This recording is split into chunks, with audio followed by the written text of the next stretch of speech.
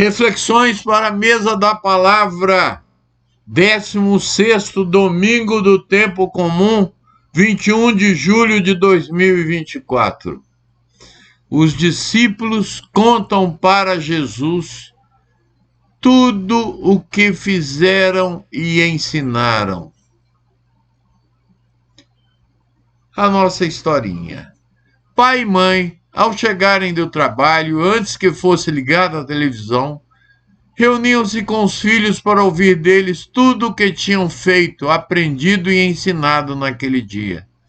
Nessa conversa, valorizavam as coisas boas realizadas e lhes chamavam a atenção para os erros. Como vivemos tempos de grandes mudanças, perguntavam também às crianças se nos ensinamentos do dia havia coisas que não mais lhes eram úteis e que por isto deviam mesmo serem desaprendidas por eles. Semana passada, contemplamos Jesus a enviar seus discípulos para a missão. Agora, os acompanhamos quando do retorno voltam e, ao se encontrar com o seu Senhor, irão lhe narrar. Podemos imaginar com que alegria e entusiasmo tudo aquilo que, distantes dele, puderam fazer, ensinar e haviam aprendido. Talvez, a princípio lá na missão, estivessem um tanto quanto tímidos e temerosos.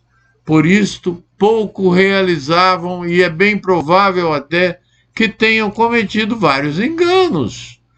Os ditados costumam conter grande sabedoria, e um deles nos ensina que quem faz pode errar, mas quem não faz, esse já está de antemão equivocado.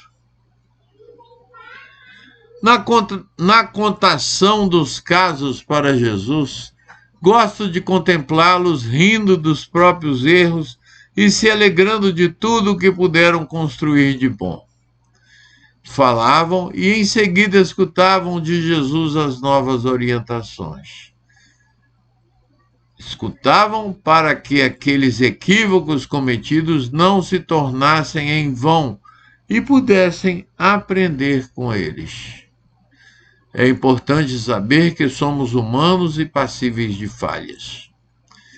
Tem gente que tem tanto medo de errar que acaba paralisada e não faz nada.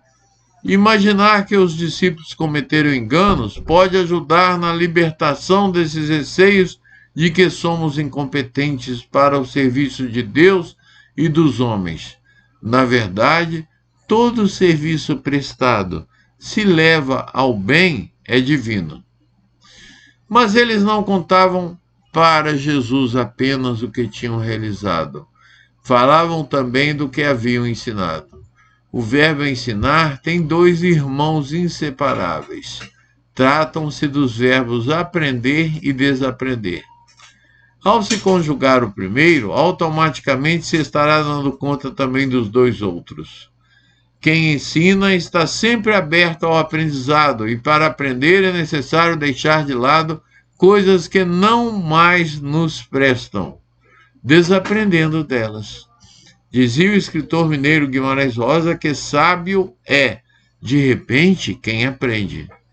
Por isto, ao vermos os discípulos ensinando, repararemos que acontece neles o aprendizado de coisas novas, ou, no mínimo, de melhor se lidar com aquelas que já lhes são conhecidas. Os tempos da escola induzem-nos a ver os primeiros anos da existência como aqueles de aprendizado, enquanto na vida de adulto ocorre uma inversão e ela se apresenta voltada só para o ensinar. É muito pobre pensar assim.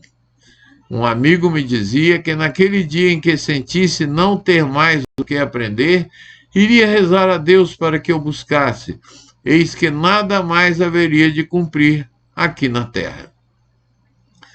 Ao ensinar, os discípulos levavam às pessoas novidades, mostravam-lhes ênfase nas suas atitudes e comportamentos, ao mesmo tempo em que se faziam observar a existência de relações entre os que já possuíam e aquilo que agora acolhiam. Ensinar não é uma missão fácil, principalmente quando ensinar não é uma missão fácil, principalmente quando se trata de gente mais adulta que se acha pretensamente sabedora das coisas.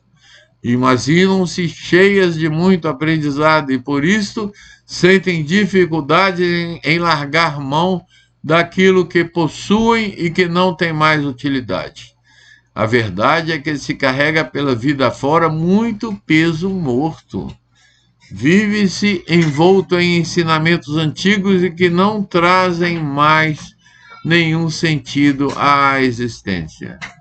Vem daí a necessidade do terceiro irmão.